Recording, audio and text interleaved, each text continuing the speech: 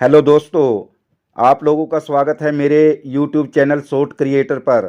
आज की कहानी है राजा और मूर्ख बंदर की कहानी। यह बहुत ही ज्ञानवर्धक कहानी है। कृपया कहानी को अंतिम तक सुनिएगा। बहुत पुरानी बात है। एक राजा के पास पालतू बंदर था। राजा उस बंदर पर बहुत विश्वास करता था क्योंकि वह बंदर राजा का भक्त था। बंदर राजा की पूरे मन से सेवा करता था, लेकिन बंदर बिल्कुल मूर्ख था। उसे कोई भी काम ठीक से समझ नहीं आता था। राजा जब भी विश्राम करता, बंदर उसकी सेवा के लिए हाजिर हो जाता था, उसके लिए हाथ पंखा चलाता था। एक दिन की बात है एक दिन की बात है जब राजा सो रहा था और बंदर उसके लिए पंखा झोल रहा था। तभी एक मक्खी भिन भिनाते हुए राजा के ऊपर आकर बैठ जाती है।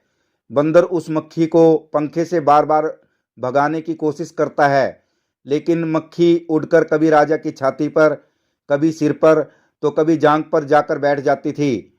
मूर्ख बंदर काफी समय तक ऐसे ही मक्खी को भगाने की कोशिश करता रहा, लेकिन मक्खी वहां से जाने का नाम ही नहीं ले रही थी।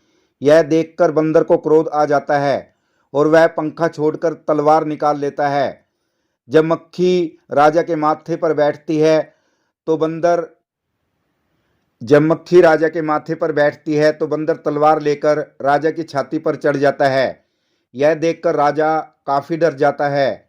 फिर मक्खी माथे से उड़ जाती है तो बंदर उसे मारने के लिए हवा में तलवार चलाता है।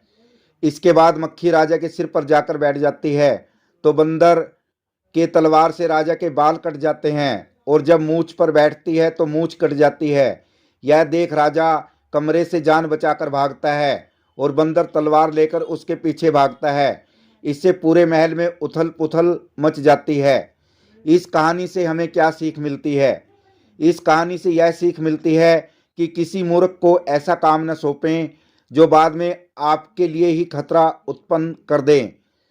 प्रिय बंधुओं, कैसी लगी आपको ये कहानी? कृपया वीडियो को लाइक करना और चैनल को सब्सक्राइब करना। जय श्री राम, जय श्री कृष्णा।